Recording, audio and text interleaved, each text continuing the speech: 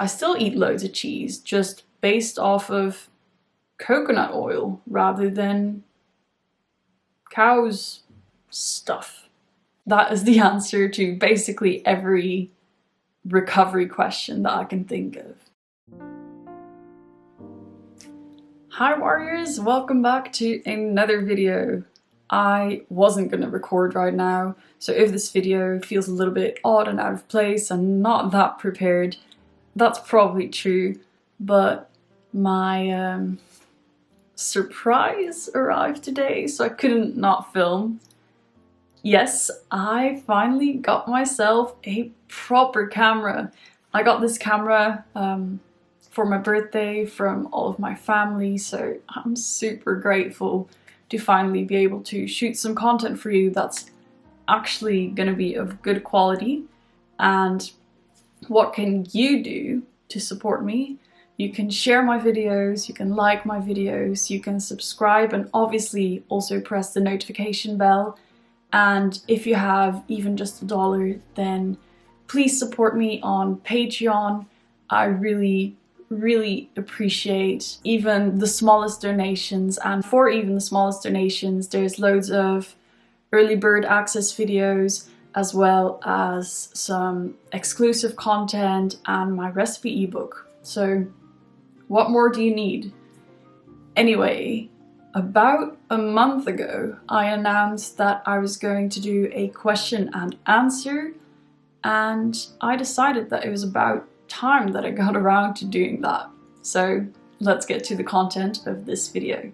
The first question that I received is from David, who said, "Hi Hannah, I've got a pretty serious question to ask about reducing osteoporosis while underweight. Now, I've been doing a ton of research about anorexia and the serious conditions that come with it, and I have read somewhere that doing some walking can protect you from it, but not overdoing it, of course. What would be your absolute best advice to help and protect someone from it while they're dealing with anorexia? I'm really trying to figure it out, and it's extremely important to me right now." And my response to that is, it should be important to you because it is really a big problem for a lot of people. So if you have low body weight due to an eating disorder, and for women especially if you are not menstruating, you may well have low bone density and be at risk of bone fractures. An astonishing number of people with eating disorders suffer from this, and especially those coming from restrictive eating behaviors. So yeah, many suffer from osteoporosis or osteopenia, which is lower bone density, and this has several causes. First off is hormonal. So due to low body weight, hormone levels fluctuate. So both insulin-like growth factor 1, also known as IGF-1, and estrogen are both reduced while cortisol is increased. Specifically, IGF-1 reduction results in a decreased rate of bone formation because bone formation is its main function, whilst estrogen reduction additionally increases bone loss.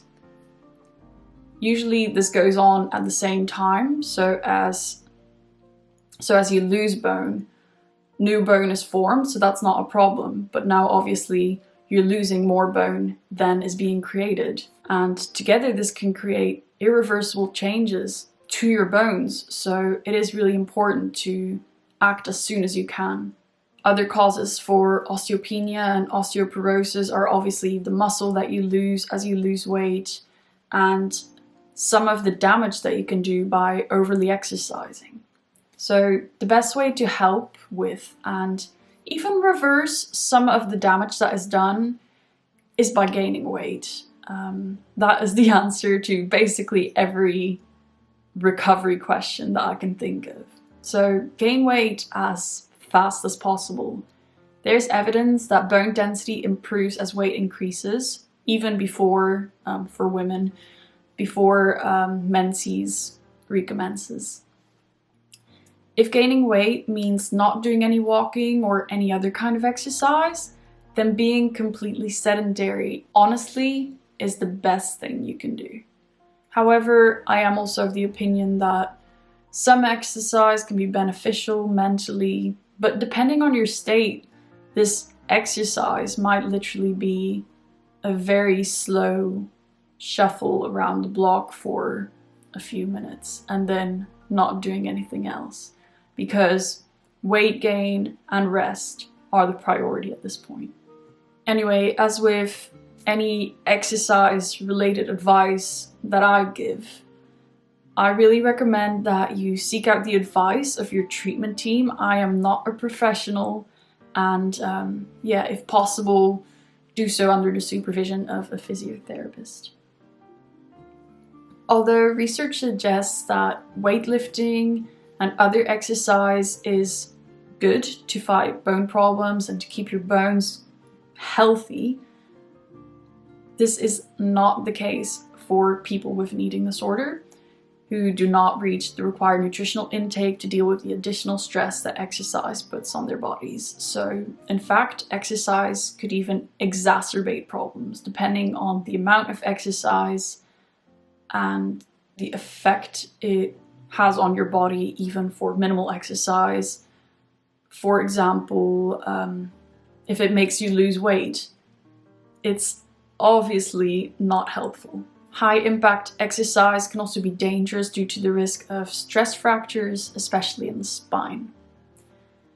Abnormal plasma estradiol concentrations in patients may also limit the otherwise positive effects of exercise on bone density. One study, literally the only study that I found in this domain, found that bone density in women with anorexia was lower among those who exercised moderately, so not even intensely, but moderately, compared to those who did not exercise at all. However, after recovery, this no longer seems to be the case, and women who engaged in weight-bearing exercises, such as walking or weight training, had higher bone mineral density than those who were sedentary. So keep in mind, these benefits only came about after recovery and after weight restoration. But it does mean that once you're completely recovered and completely weight restored, there is a time and place for exercise again, and that is wonderful, because exercise is wonderful, but only if you're ready for it and if your body is ready for it. And I will link the study below in case you want to have a look at it. Anyway, as I said, that's the only study I've found, and there's definitely more research needed in the area, but I suggest that for now your main focus should remain with gaining weight and also just ensuring that you eat a wide variety of food, because your bones need especially potassium, magnesium, phosphorus, and calcium and vitamin D in order to be healthy. So what does that mean concretely? It means eat a variety of food. Be sure to eat your greens, except spinach actually. Spinach is not a very good source of calcium. Think soy products, so tofu, soy milk, anything like that. Nuts are also quite a good source, and so are fortified cereals or breads. So make sure to include those.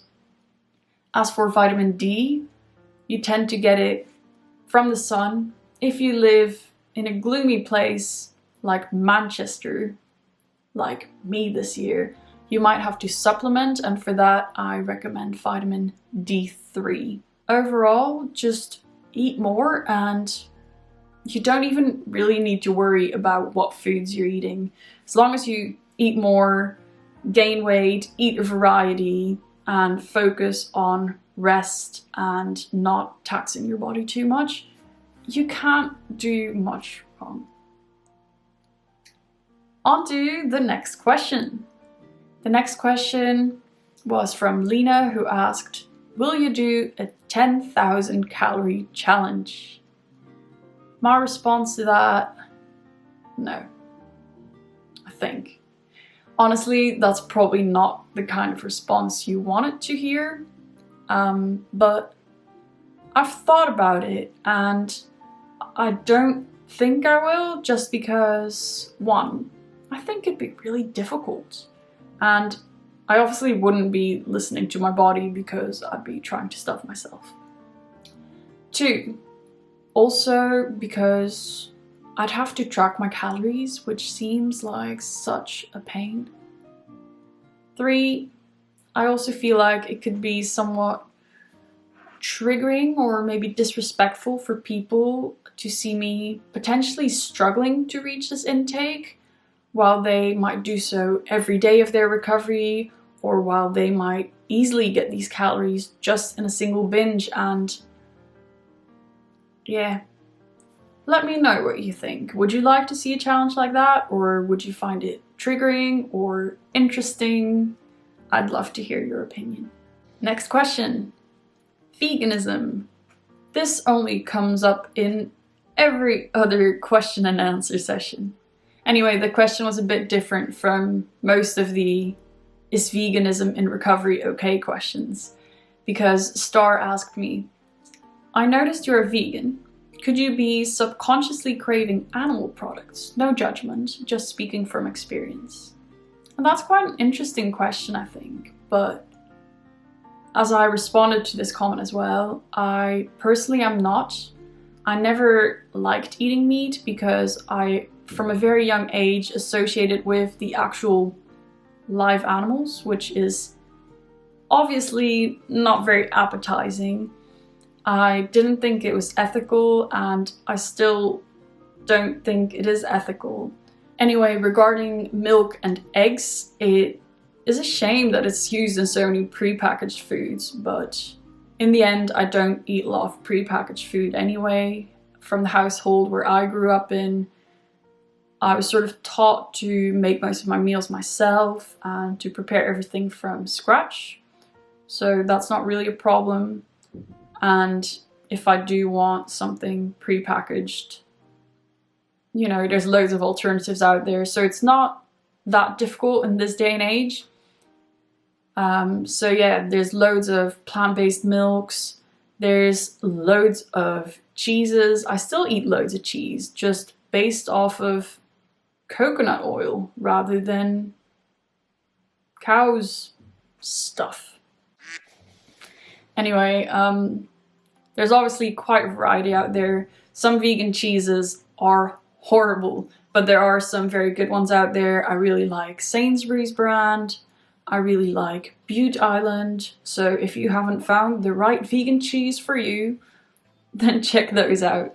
Anyway, I'm sure there's some people that do feel like they have cravings for animal products, and to those people, I want to pose the following questions. Are you restricting in any way, or are you cutting out any food groups? Because if you are, then that is probably the problem. If you cut out things like bacon or sausages or anything like that, you're obviously going to have less fat and salt in your diet if you don't replace it with another source of fat and salt. So I think the problem is cutting things out rather than focusing on abundance and seeing which things you can add into your diet and seeing which things you want to try and giving them a try. So I think that's why, for me personally, I haven't really struggled with this. I feel like I have found the perfect balance, and I always listen to my body. So when it wants fruit and veg, I'll have fruit and veg. But if I want a really greasy, salty, whatever meal, then I won't hold back on that either. Okay, the next question is from Sasha, who asked, "Are you weight restored?" I have a whole other video on that, so check that out. My response for now is weight restored is a really vague term. My body is exactly where it wants to be. So yeah, I am happy. Okay, last 2 questions. Question from Zombie15. Literally, how are you thin when you eat that much? I eat like 700 calories maximum a day. Initially in my recovery, I gained weight much more rapidly. I could eat a potato and gain weight from that. But I promise you, once you start eating more, your body will adapt to that. In starvation mode, it obviously holds on to any energy it gets, but once your body knows that you feed it sufficiently and regularly, it will leave starvation mode and your metabolism will crank up again and life will be beautiful. So keep going. The last question I'm answering today is from Iman Zubair. Hey Hannah, great video, fun to watch. I have found your channel only a few days ago and have been watching your previous video. And I'm back. For all of you guys, I probably wasn't even gone, but my camera memory was full, so my wonderful new camera probably needs a better SD card. But yeah, I'm back here to answer the last question that I received. Anyway, this question is from a man who asked me, I'm currently 7 kilos underweight, definitely have the eating disorder mindset, fixated times and rituals, and fear foods, all of that. I'm so miserable and want to recover, but the thing that's holding me back is that even though I've been underweight, unnaturally so, for 2 years, I have so much excess energy. I'm always restless and moving and running. It's not just forceful, the energy can't seem to go. What could be the reason? If I'm malnourished, then where does all this energy come from? Please provide some insight, I would greatly appreciate it. So yeah, it is actually not unheard of that people, when they're in their active eating disorder, feel like they have loads of energy and they're not just mentally telling themselves, oh, you have loads of energy, you need to go exercise, but they physically have so much energy. And I was one of those people as well. I used to have the same burst of energy when I was underweight, and the theory is that this is the case because your body is in survival mode. So paradoxically, you might actually get sort of the opposite during your recovery and feel very tired as your body is repairing itself, which puts many people off recovery. But honestly, it shouldn't be a reason not to recover because your energy does come back once your weight restored and once you're healthy again. Anyway, when you're starving, your body will do everything that it thinks is necessary to benefit your survival. So this energy is the boost of energy that you need to hunt for your food. It's your body's survival mechanism, and it is telling you that you need to eat. In recovery, your energy resources will instead go to repairs and non-vital functions, and this too is just obviously crucial for your health. Once recovered, everything will be regulated, you'll have proper energy levels, your body will be healthy, your mind will be healthy, and your exercise just will be healthy. So yeah, that is all the questions that I'm answering today, because I still have a lot of work to do right now. And yeah, give it a like, subscribe, see you next week. Ciao.